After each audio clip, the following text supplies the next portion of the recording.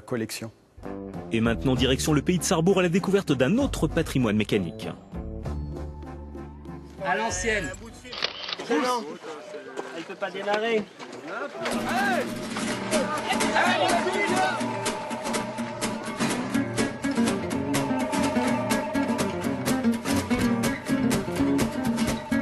Quand les gens parlent de chevaux, ils disent « Ah oui, ça a été ma première voiture ». Ça, c'est vraiment la phrase typique qui revient concernant la 2 chevaux.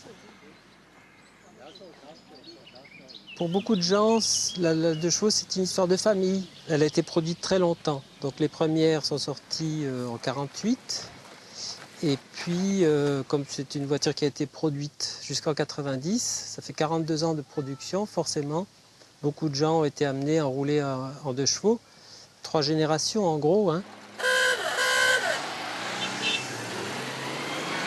Véhicule destiné à l'origine à un public aux revenus modestes, la 2 chevaux a été produite à plus de 6 millions d'exemplaires, en incluant ses dérivés.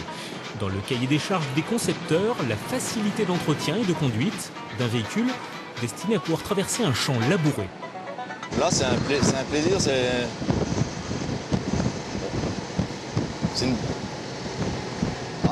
il faut conduire pour s'en rendre compte. Moi, je pense que c'est la simplicité, c'est bien. Là, on se balade, on a le toit ouvert, on prend les petites routes, on profite du paysage lent, on vit, quoi.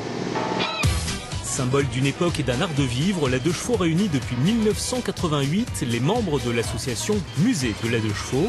Leur principal objectif, sauvegarder ce patrimoine automobile et le transmettre.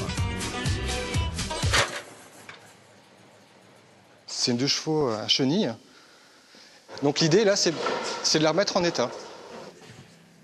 Au début, c'était des dons. De temps en temps, on en achète quelques-unes, en fonction de nos ressources.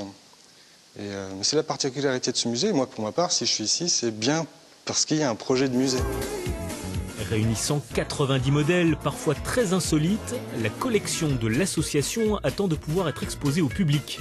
Le futur musée de la 2 chevaux de Trois-Fontaines sera le seul établissement public de France entièrement dédié à la 2 pattes. Vous pouvez retrouver l'équipe du blog La Lorraine se dévoile ce week-end à Eulmont pour une découverte du patrimoine local. La collection des sapeurs-pompiers des Vosges sera, elle, exceptionnellement ouverte au public pendant les 2 jours. Et on n'oublie pas les 548 autres sites lorrains ouverts pendant les journées du patrimoine. Liste sur journéedupatrimoine.culture.fr. Salut à tous et à demain.